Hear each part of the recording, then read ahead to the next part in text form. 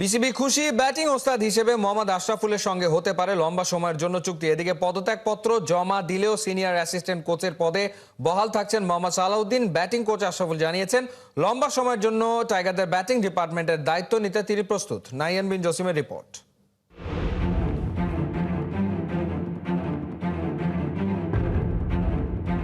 Batting coach হিসেবে বাংলাদেশের সঙ্গে প্রাথমিকভাবে পথ চলাটা শেষ হয়েছে মোহাম্মদ আশরাফুলের, কারণ আয়ারল্যান্ডের বিপক্ষে যেই টেস্ট সিরিজ এবং টি-20 সিরিজটা ছিল সেখানে দায়িত্ব পালন করছিলেন।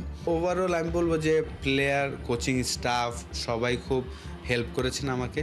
আমিও চেষ্টা করেছি আমার এক্সপিরিয়েন্সগুলো শেয়ার করার জন্য, ইন্ডিভিজুয়ালি ওয়ান টু ওয়ান কথা বলে। এই জায়গা থেকে এখন যখন আবার নতুন করে আপনাকে দায়িত্ব দেওয়া হবে, মোহাম্মদ আশরাফুলের নিশ্চিতভাবেই চাওয়া থাকবে একটা লম্বা সময়, কারণ একজন কোচ অবশ্যই চাইবে একটা লম্বা সময় ধরে একটা ব্যাটসম্যানকে বা পুরো দলকে আসলে ট্রেনিং করানোর জন্য। ইন্টারন্যাশনাল টিমে আসলে আমার কাছে যেটা মনে হয় যে আপনার টেকনিক্যালি তো বেশি চেঞ্জ করার কিছু নাই, জাস্ট আপনি ওইখানে তাদের কনফিডেন্স দেওয়া। যেহেতু আমি এই লেভেলে খেলেছিলাম, তো আমার জন্য জিনিসটা আরও সহজ আর কি, তাদেরকে বলাটা। যখন আপনি একটা 150 কিলোমিটারের বল খেলবেন তখন আপনার বলাটা সহজ। খেলে বলা আর না খেলে বলা দুইটা কিন্তু দুই ধরনের হয়। ঠিক এই ছোট্ট সময়টাতে থাকে না, মানে খুবই অল্প সময়, বাট আপনার সবচেয়ে মেমোরেবল ঘটনা কোনটা থাকে না, যে কোনো একটা ব্যাটারকে কোনো একটা শিখিয়েছেন, সেটা তিনি ইমপ্লিমেন্ট করতে পেরেছেন। আপনার চোখ কিন্তু টায়ার্ড হবে, আপনার বডি কিন্তু টায়ার্ড হবে, এটা আপনি লম্বা সময় ক্যারি করতে পারবেন না। তো জয়কে ডেকে এনে ওই জিনিসটাই আসলে তাকে বোঝানোর চেষ্টা করছে যে তুমি এত দূর থেকে ফোকাস না করে, যেটা আমি করতাম যে হাফওয়ে বা 2-3 স্টেপ আগে বলারের জাম্প করার 2-3 স্টেপ আগে আমি হয়তো বা রেডি হলাম, ফোকাস হলাম, তখন আপনার কোনো চিন্তা হবে না, ক্লিয়ার মাইন্ড থাকবে, আপনি খেলতে পারবেন। তো কিছু বল খেলার পরে জয়ও ফিল করছে যে না, আমার এটা অনেক হেল্প হচ্ছে, যে না আমি এখন চিন্তা কম করছি। কি মনে হয় বিশ্বকাপের জন্য এই দলটাকে অ্যাজ এ ব্যাটিং কোচ আপনার কাছে প্রস্তুত কতটা মনে হয়, এবং কোন জায়গাটায় ল্যাকিং মনে হচ্ছে? ওদের যে 5-6-7 যে পজিশনটা, ওই পজিশনটাতে ধরেন নুরুল হাসান সোহান, জাকির আলী অনিক এবং শামীম পাটোয়ারি, এই তিনজনের ভালো ফর্মে থাকাটা খুব ইম্পর্টেন্ট হবে। আমি মনে করি যে বিপিএলে যদি তারা তিনজন খুব চমৎকার ক্রিকেট খেলতে পারে তাদের টিমের জন্য হয়ে, তখন আমাদের টিমের জন্য বেনিফিট হবে, বাংলাদেশ টিমের জন্য।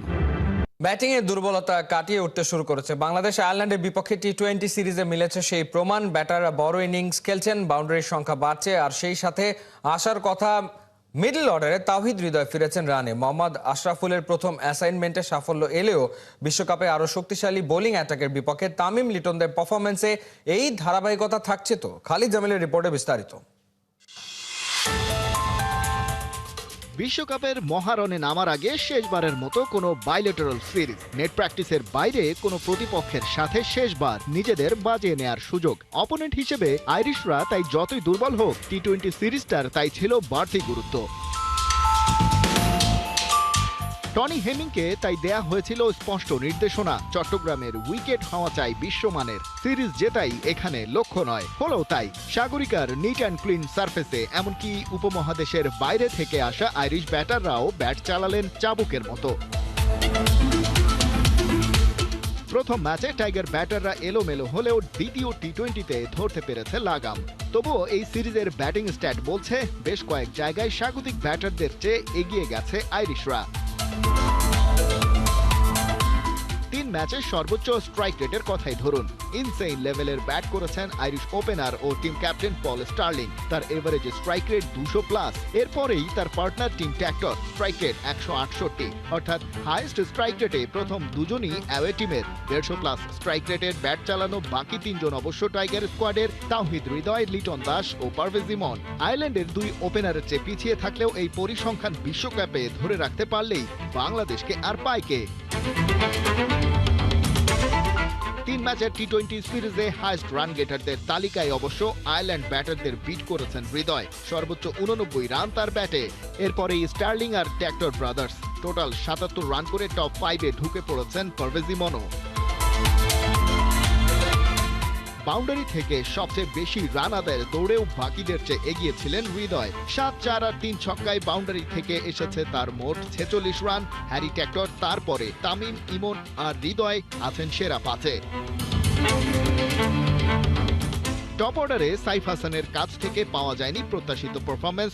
লিটন দাসের ব্যাটও কিছুটা অফ, তবে তাওহিদ হৃদয়ের রানে ফেরা নিঃসন্দেহে স্বস্তির। বিশ্বকাপের আগে বিপিএল দিয়ে ব্যাটারদের টার্গেট নিজেদের দুর্বলতাগুলো ঝালাই আর কনফিডেন্স বিল্ড আপ। যে দলটা ঘরের মাঠে কদিন আগেই টি-20-তে রেকর্ড রান তাড়া করে জিতেছে, তাদের কাছ থেকে এবারের বিশ্বকাপে বাড়তি প্রত্যাশা তো থাকছেই। রেকর্ডের পেছনে ছুটি না, রেকর্ড আমার পেছনে ছোটে। ওয়ানডে ক্রিকেটে বিরাট কোহলির জন্য এই কথাই সত্য। পরপর 2 ইনিংসে সেঞ্চুরির কীর্তি গড়লেন 10 বার। আন্তর্জাতিক ক্রিকেটে কোহলির সুপার ফর্ম তাকে এনে দিতে পারে 2027 বিশ্বকাপের টিকিট। বিস্তারিত আবু নাইমের রিপোর্টে। এক সিনেমা ঠিক কতবার দেখতে ভালো লাগে? একবার, দুবার কিংবা বড়জোর হাতে গোনা কয়েকবার। কিন্তু বিরাট কোহলি যা দেখালেন তা অ্যাবসুলেট সিনেমা, যা বার কয়েক দেখেও মন ভরবে না।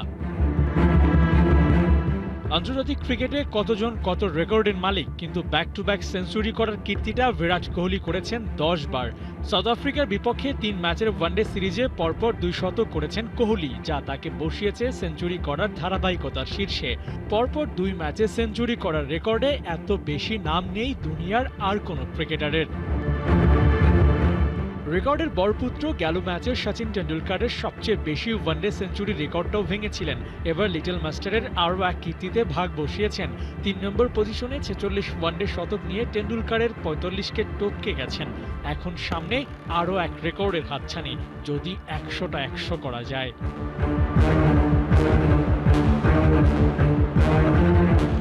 পরপর 3 ইনিংসের শতক হাঁকানোর রেকর্ডটা 8 বছর আগেই করেছেন। হাতে সুযোগ আছে আরও একবার 3 শতক করার। সাউথ আফ্রিকার বিপক্ষে তৃতীয় ম্যাচটা হবে বিশাখাপত্তনমে, যেখানে 7 ইনিংসে 3 শতকের সাথে আছে 99 রানের আরও এক ইনিংস।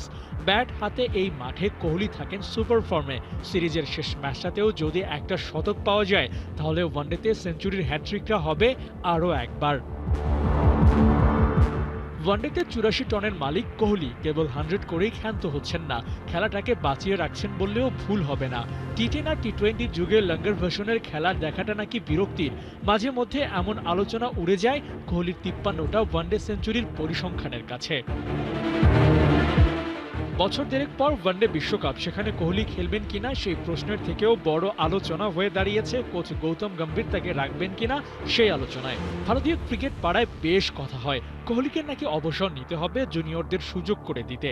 সেসব আলোচনা ধোপে টিকতে দিলেন না বিরাট।